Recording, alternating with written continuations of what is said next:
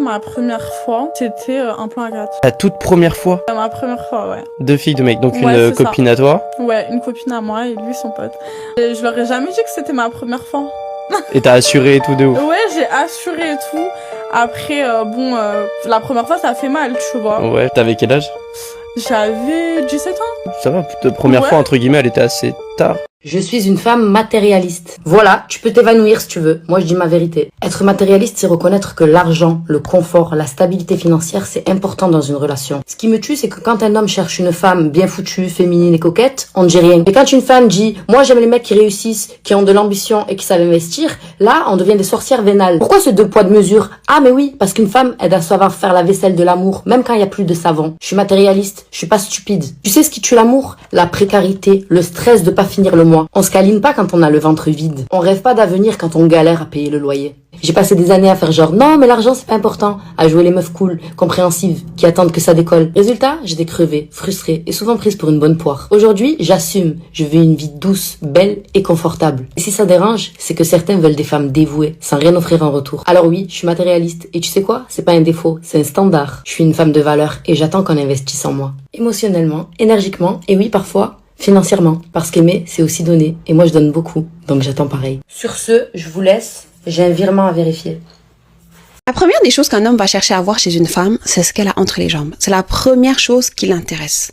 Alors dites-moi pourquoi, messieurs, vous êtes si offusqués quand nous, la première chose qu'on va chercher à savoir, c'est ce que vous avez sur votre compte en banque. Chacun va chercher son intérêt.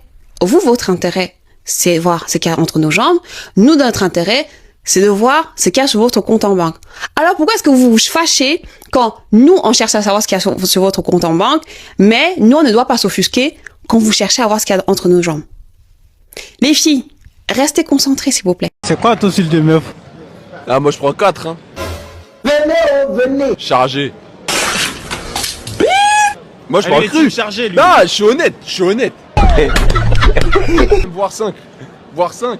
5. Non, c'est bien, hein, 5. Tu poses des questions difficiles, hein. Quand tu prends 4. Non, c'est bien 4. Il y a 2, il y a 5. Ouais, 2, mais y a pas assez. Y a pas assez pour manger. Pourquoi il faut se méfier toujours de l'ex de ta copine? Si ta copine a eu un minimum de passé, t'es pas l'homme marquant. Il y a toujours eu un mec marquant avant toi, qui l'a fait souffrir, peut-être qu'il l'a même déviergé, ou elle s'est vraiment beaucoup projetée pour lui, limite elle aurait pu donner sa vie, t'es pas le mec marquant. Et tu ne le seras jamais face à lui. En fait, lui, il existera toujours dans sa tête. Toujours. Tu ne pourras absolument rien y faire. Et lui, s'il revient, ça va être très compliqué. Ça va être très compliqué parce que lorsque elle va le voir, elle va repenser à tout ça. Et souvent, le mec marquant, c'est le mec qui l'a quitté. C'est le mec qu'elle n'a pas réussi à avoir. Et c'est d'ailleurs la première source de tromperie. C'est l'ex. Ta copine est beaucoup plus susceptible de te tromper avec son ex, plutôt justement que de tromper avec le footballeur du PSG. C'est plus l'ex le problème. Parce que lui, il l'a marqué, pas toi. Et c'est pour ça qu'elle t'a quitté. Que vous savez, c'est à partir de quel moment que nous, les filles, on sait qu'on est cooked par rapport à un garçon? C'est à partir du moment où on peut pas passer une journée entière sans lui parler.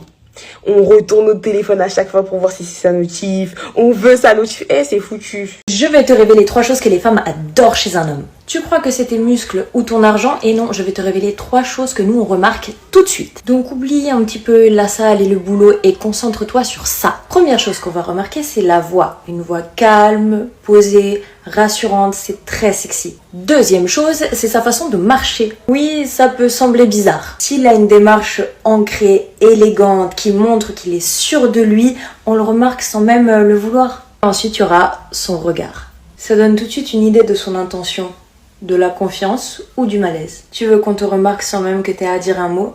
Abonne-toi et je t'explique ce qui nous attire.